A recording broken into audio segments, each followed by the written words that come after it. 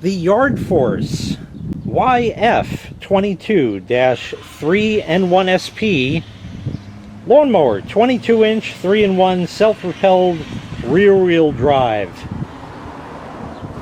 Here it is. In this video we're going to open the box, roll it out of there, put it together, and give it its first startup.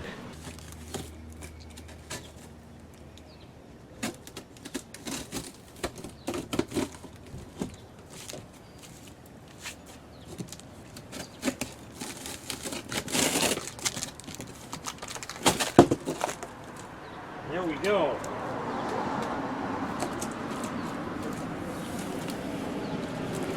Everything else I think is free. I don't know what that's for.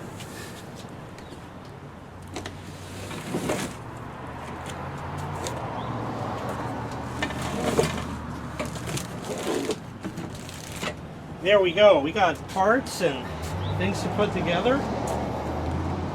We got the book for the engine.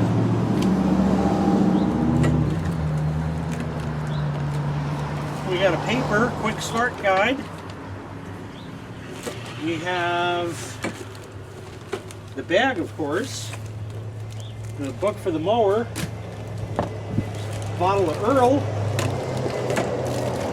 small engine oil, SAE 30. Add oil before running engine. How many of you didn't? Right? You did? You did? Yeah, it sucked, didn't it? And a bag of parts, knobs and things and stuff. So we'll need that. Bag, okay, that goes on here like that. And then you stretch these guys over this thing. They just clip on.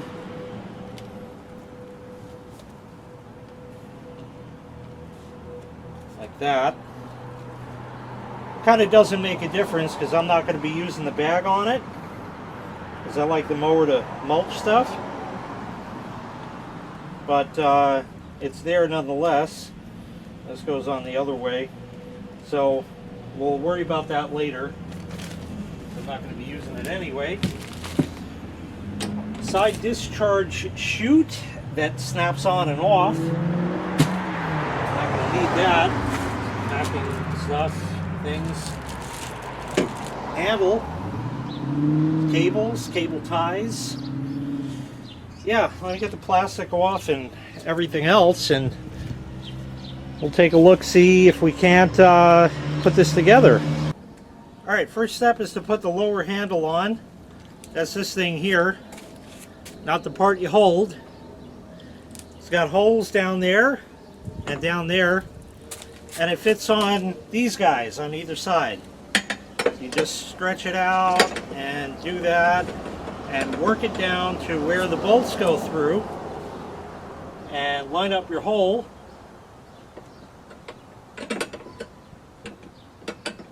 And that kind of stuff. You got to raise the mower deck. That's this handle. Pull it out and it'll pop up, and that should give you enough clearance right there. So now they give you these jobbies right here. From what the picture shows, the knob is on the inside and the heads of these are curved to match. So we got to get the handle down where it's supposed to go and put the bolt through.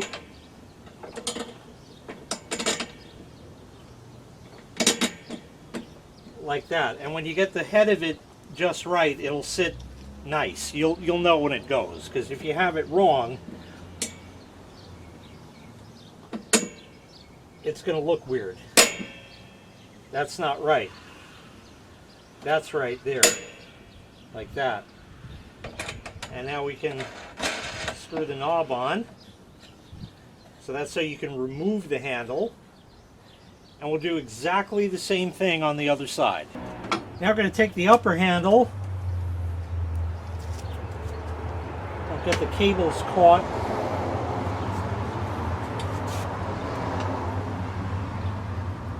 And I believe it goes this way, as you see here.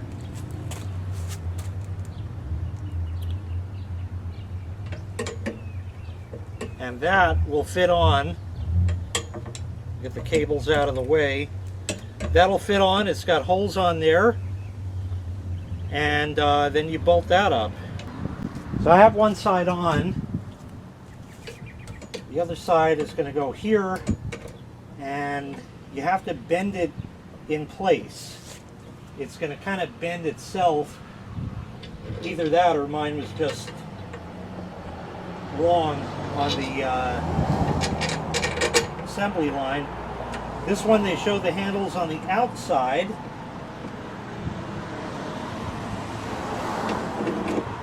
So that goes there. And it's springy, so having somebody to help would be nice, but I don't have that luxury today.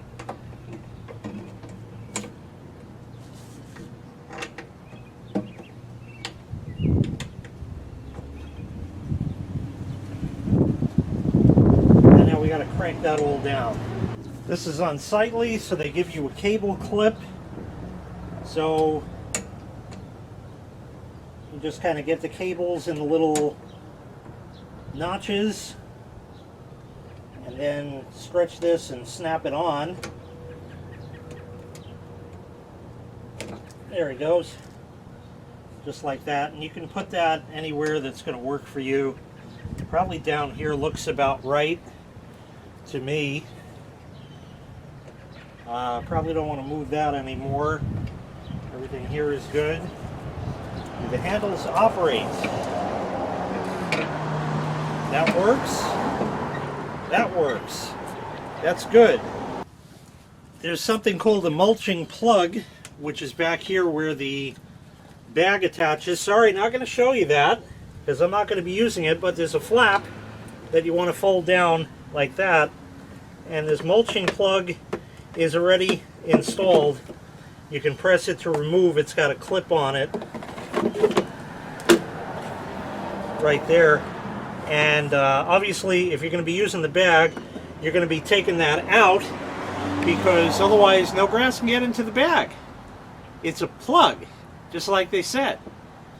You should be able to figure this part out yourself, but I'll show you anyway how to put the bag on, even though I'm not going to be using it.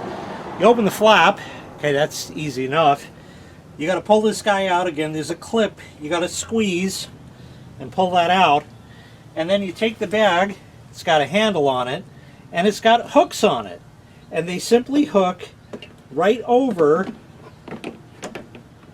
the guy right there and close that. That's all there is to it. Take it off, lift it up, out it comes.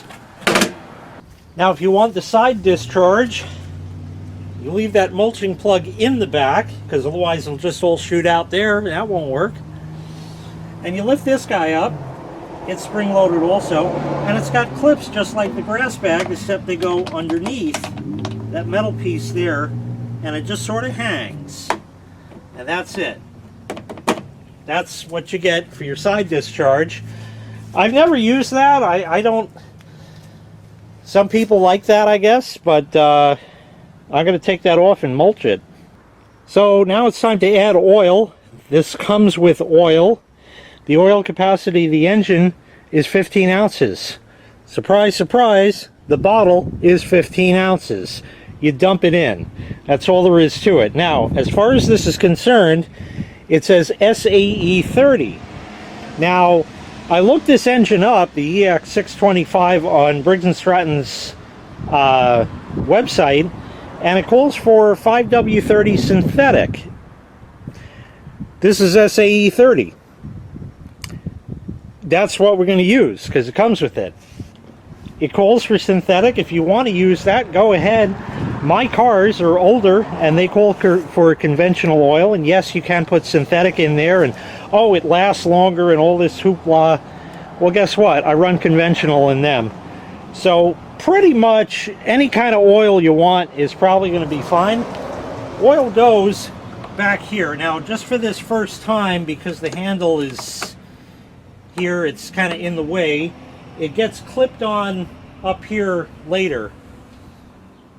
But we're gonna take that out, and your dipstick, and it does have a fine coating of oil on it, which means that it was probably tested, which is just fine. So we'll put our funnel in, and we'll put it in. Make sure you spill half of it.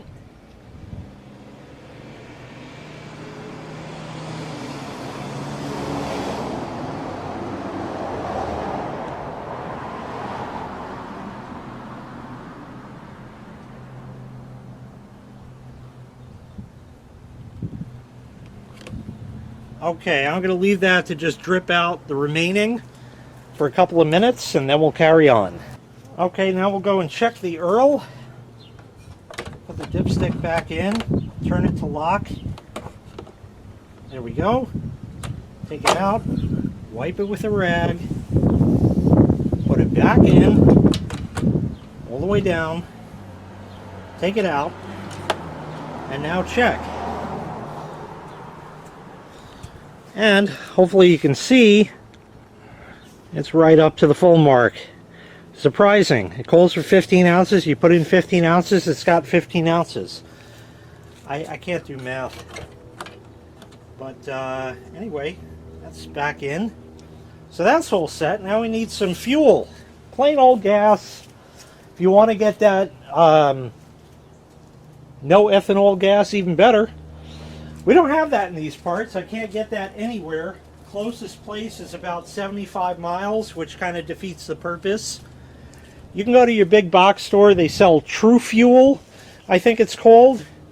And you're going to pay something like $20 a gallon for that. I can't afford that. Gas is too expensive now. So we're using the cheapest pump gas I can get. And I don't remember what it cost when I got it because it's old. But it's going to run because it works and everything else.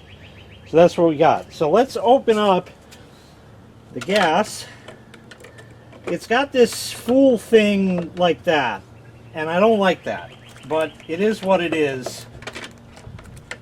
It's so you don't lose it. Oh, before we carry on about the gas, let's talk a little bit more about oil. This tag says, dummy, put in oil before you put in gas. So that's what this tag is for. All right, so now that we have that out of the way, how long does the oil last? When do you change it? Well, you're in luck. If you're a big, fat, dumb American consumer like I am, I got the big and fat part, but not really the dumb part. This is check and go. In other words, check the oil each time you mow, and don't skimp on that. Always check it, because you never do know. You don't want to have to go through this again and watch another video of mine unboxing another lawnmower. So check your oil each time before you mow. If it's low, then you add some. Now when you do oil changes, like I said, this is made for the big, fat, dumb American consumer. You don't. You just put in oil as it needs. Every engine in the world burns oil. Some burn more than others. Cars you've seen, trucks you've seen that have blue smoke, not black, but blue smoke coming out the back, that's oil that's burning. So they made it foolproof. Now, should you change the oil actually? Yeah, if you want it to last, absolutely. How do you do it? Well, it's going to make a mess. You turn the mower upside down because there's no drain plug. So you flip it over on its side and all that stuff and have a big drain pan, and it's a mess. And then you put in 15 ounces of oil and you're good. So let me get some gas in here now, and then we'll look to start it. I have a non-approved gas can with a vent that's just open to the air, so that's perfect for gas right there. I put some in, not a lot, is maybe not even enough, so maybe we will put a little bit more.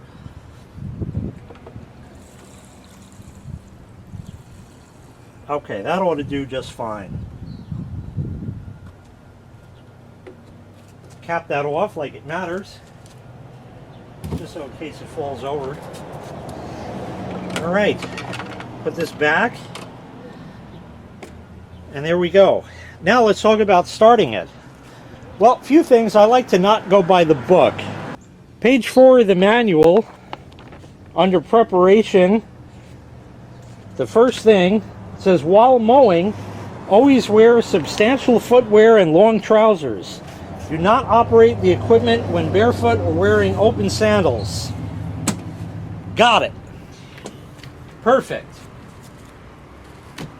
All right, a couple other things. I'm going to turn the mower sideways. It'll just be a little easier to record. All right, there's a little loopity-doo over here that you want to put the starter rope in. Do not try to pull the handle right now, because you'll find it's very tight and doesn't want to go. You got to squeeze the handle here up top. Just want to make sure you can see that. Yeah. This front one you got to squeeze, because as soon as you let go, the engine's going to stop. All right, so that's the first thing. You have to hang on to that at all times. So there's a really easy solution to that. It's called a tie wrap. We're going to just tie that right on, just like that. Okay, like I said, I don't like to do what they say. My old mower, I disabled that, because I don't like that, where the engine stops. Now the engine is free to rotate. So now we can go ahead and crank it. First thing is, let's pull the rope slow and get it looped into this little guy over here. Just go slow, because there's a possibility it's going to fire, you know? You don't want that now. And then the rope sort of goes in there like that. So now the official thing is to squeeze the handle at the top and pull the rope and all that. So we're not going to do that. We got the handle squeeze part. We got that down pat. My recommendation, you don't have to do this, but it's just going to save you a lot of trouble. Pull on that rope slow.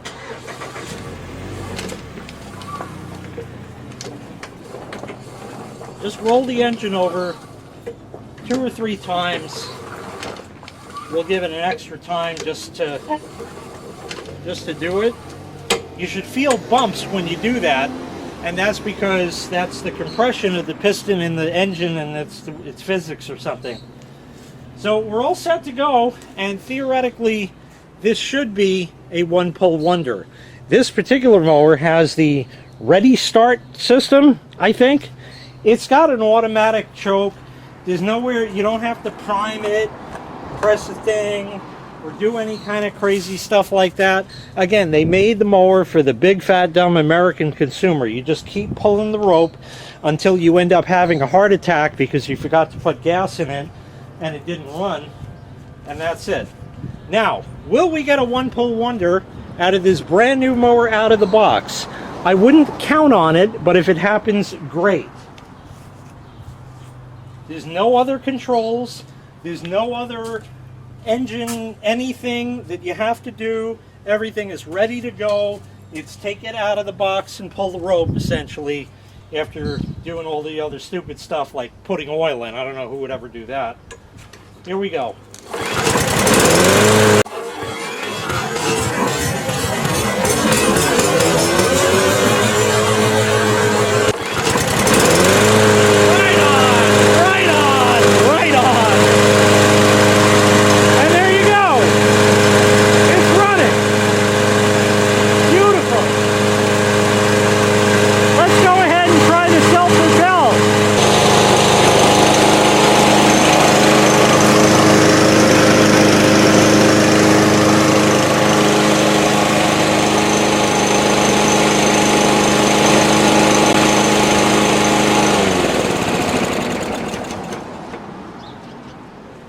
Yes, it works.